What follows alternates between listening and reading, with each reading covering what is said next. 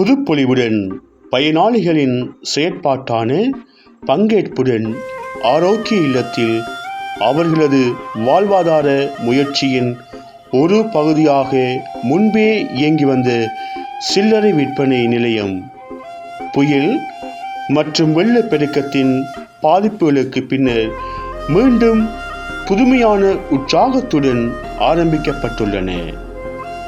இந்த முயற்சியில் 2 பயனாளிகள் சகோதரன் ரூபன் மற்றும் சகோதரி சுமதி முழு நேரமாக விற்பனை செயல்பாடுகளில் ஈடுபட உள்ளார்கள். அவர்களை தொழில் வழி சிகிச்சையாளர், தாதியர்கள் மற்றும் அபிவிருத்தி உத்தியோகஸ்தர்கள் தொடர்ச்சியாக கண்காணித்து வழிநடத்துவார்கள்.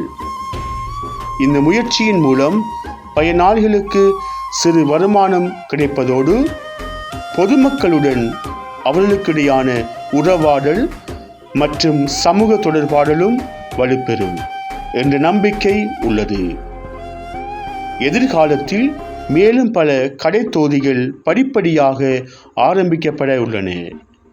இதன் மூலம் இங்கு உள்ள பயனாளிகளுக்கு ஒரு நிலையான வாழ்வாதார உதவியாகவும் அவர்களது நாளாந்த செயல்பாடுகளில் அர்த்தமுள்ள ஈடுபாடாகவும் சமூக வாழ்வோட்டத்தோடு இணைந்து வளர்வதற்கான வாய்ப்பாகவும் இந்த திட்டங்கள் செயல்படுத்தப்படுகின்றன.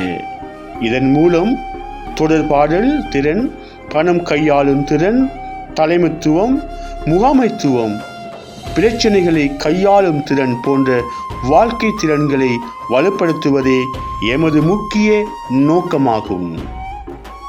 மட்டக்களப்பு பிராந்திய சுகாதார சேவைகள் பணிப்பாளர் உயர் திரு டாக்டர் ரா முரளிதரன் ஐயாவின் மதிப்புமிக்க ஆலோசனை மற்றும் வழிகாட்டுதலின் கீழ் இப்படியான சிறப்பான மற்றும் மனிதநேயமான திட்டங்களை படிப்படியாக நடைமுறைப்படுத்தி வருகிறோம்.